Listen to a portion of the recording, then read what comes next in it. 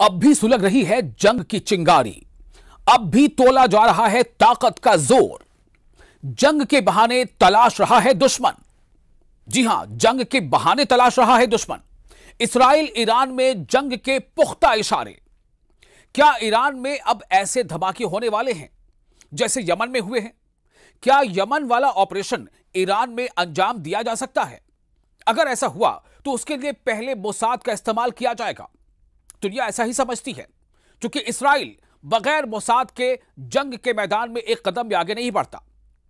और इस्राइल ही क्या, कोई भी देश, उसका खुफिया तंत्र, उसकी खुफिया जांच एजेंसी और उसकी जासूसी नेटवर्क पहले वो कदम आगे बढ़ाता है, फिर तब जंग का ऐलान होता है या जंग की शुरुआत होती है। तो मोसाद ने कहीं ना कहीं तैयारी क्या पूरी कर ली है, क्योंकि टारगेट लोकेशन हासिल करने वाला मिशन मोसाद ही अंजाम देगा। इजराइल के इन इरादों से ईरान भी बहुत अच्छी तरह वाकिफ है। ईरान अब कोई कच्चा खिलाड़ी नहीं रहा। ईरान ने इस्राइल के हर एक चाल और हर एक कदम को नस नस तक पहचान लिया है। और शायद इसीलिए ईरान के बड़े रहनुमा, चाहे वो सियासी हों या मिलिट्री के लीडर्स हों, उन्होंने रह रहकर बीच बीच में ऐसे बयान दिए हैं कि जो इशारे को समझते हैं उनके लिए काफी है कि ईरान की तैयारी आखिर कैसी है। अब सवाल यह पैदा होता है कि ये सवाल क्यों उठ रहे हैं और इन सवालों के उठने की खास वजह है तो क्या है? आपको यमन पर हालिया इस्राएली हमला तो याद होगा। जी हां, इस्राइल ने यमन पर 15 मिनट के अंदर 30 एयर स्ट्राइक की, यानी हर 30 सेकंड पर इस्राइल का एक बंकर बस्टर बम यमन की राजधानी सना पर गिरा। और निशाने पर कौन था? निशाने पर थे हौसी के आला रहनुमा। ऐसा इस्राइल ने करीब 2000 किलोमीटर दूर यमन पर किया है। सोचिए आप, 2000 किलोमीटर दूर यमन पर इस्राइल ने ऐसे हमले किए, यानी यह एक लॉन्ग रेंज मिशन रहा जिसमें कई F-15 विमान शामिल हुए। अब सवाल यहां यह पैदा होता है कि इस्राइल यह करके पैगाम क्या देना चाहता है और इस्राइल किसे संदेश पहुंचाना चाहता है। सवाल है कि क्या यमन के बाद इस्राइल अब ईरान पर सबसे बड़ा हमला करने की सोच ही नहीं रहा, बल्कि क्या इस्राइल तैयारी कर रहा है? और उससे बड़ा सवाल यह, हालांकि इस सवाल का जवाब जग जाहिर है कि क्या इस्राइल की इस सोच के पीछे अमेरिका पूरी तरह से खड़ा है? ऐसा अटैक जो 13 जून को तेहरान समेत ईरान के कई शहरों पर हुए थे, क्या इस्राइल फिर एक बार ऐसा कदम उठाने जा रहा है? और अगर वो ऐसा करता है तो क्यों? और अगर अमेरिका की भी इसको पुष्टपनाही हासिल है तो क्यों? और अमेरिका ही नहीं बल्कि नाटो के ममालिक भी अगर खामोश तरफदार ही नहीं बल्कि मददगार भी हैं तो क्यों? कई ऐसे सवाल हैं। ईरान की सेना के चीफ ऑफ स्टाफ कह चुके हैं कि उन्हें शक है कि इस्राइल सीज फायर का उल्लंघन जरूर करेगा। इसका मतलब आप समझ रहे हैं, सीज फायर का उल्लंघन यानी वायोलेशन अगर करेगा और जरूर करेगा, यह शक किसे है? यह ईरान की सेना के चीफ ऑफ स्टाफ को है।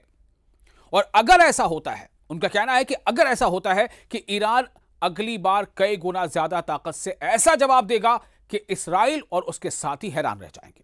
यानी कि जहां एक तरफ ईरान के चीफ मिलिट्री ऑफिसर यह कह रहे हैं कि या ये शक जाहिर कर रहे हैं कि इस्राइल एक बार फिर ऐसा कदम उठा सकता है जैसा उसने यमन में अभी कुछ दिनों पहले उठाया, ईरान की तरफ भी वो ऐसा कदम उठा सकता है। ये पहले से ही शक है। अब आप अंदाजा कर लें, अगर ईरान को इस बात का शक है, इसका मतलब क्या है कि ईरान की तैयारी भी जबरदस्त है। और इसीलिए इस तरह के बयान सामने आ रहे हैं कि अगर इस्राइल ऐसा कदम उठाता है तो ईरान अगली बार कई गुना ज्यादा ताकत से ऐसा जवाब देगा कि इस्राइल और उसके साथी हैरान रह जाएंगे। गौर करें इस जुमले पर, इस्राइल और उसके साथी। उसके साथी कौन है, यह मैं आप पर छोड़ता हूं। तो सुनते हैं कि अब्दुल रहीम मौसवी, जो सेनाध्यक्ष ईरान के, उन्होंने क्या कहा। उन्होंने कहा कि हमने दुश्मन के लिए एक विनाशकारी योजना तैयार की थी, लेकिन युद्ध खत्म होने की वजह से ऐसा मौका नहीं मिल पाया। अगर अब किसी ने गलती की तो उस विनाशकारी योजना को लागू कर दिया जाएगा। तो यह विनाशकारी योजना क्या हो सकती है? ऐसा क्या था जो ईरान कदम उठाने वाला था? ऐसा किस तरह का हमला था जो ईरान इसराइल और उसके साथियों पर करने वाला था? ऐसा वो कौन सा हथियार था जो ईरान इसराइल के खिलाफ इस्तेमाल करने वाला था? ईरान के तेवर बता रहे हैं कि उसकी मिसाइल फिर तैयार हैं और ईरान पर फिर से हमला हुआ तो तेल अवीव क्या है? इसराइल का कैपिटल। जी हां, तो तेल अवीव और हाइफा बहुत बुरी तरह दहलेगा। ये दो बड़े शहर हैं इसराइल के। ईरान ये कह रहा है कि अगर इसराइल ने फिर कोई ऐसी गुस्ताखी की, ईरान पर हमले करने की गुस्ताखी की, तो तेल अवीव यानी इसराइल का कैपिटल और हाइफा जो पोर्ट सिटी है वो दहल जाएगा। यह वार्निंग ईरान से लगातार आ रही है। ईरान के बड़े बड़े जर्नैल लगातार इसराइल को, उस सेहूनी मुल्क को यह वार्निंग दे रहे हैं।